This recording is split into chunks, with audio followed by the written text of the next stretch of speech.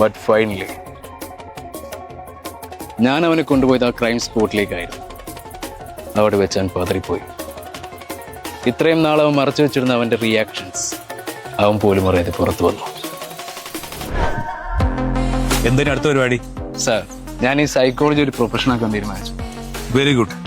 ഏഷ്യയിലെ ഏറ്റവും വലിയ സൈക്കോ സോഷ്യൽ റീഹാബിലിറ്റേഷൻ സെന്ററിനൊപ്പം 10,000 രൂപയുടെ സ്റ്റൈഫനോടുകൂടി സൈക്കോളജി പഠിക്കാം. കെഡാബെംസിലെ ലീഡിംഗ് ക്ലിനിക്കൽ സൈക്കോളജിസ്റ്റ് അല്ലേ hosting? Yes, NAC A+ accredited ആണ് SVS യൂണിവേഴ്സിറ്റി.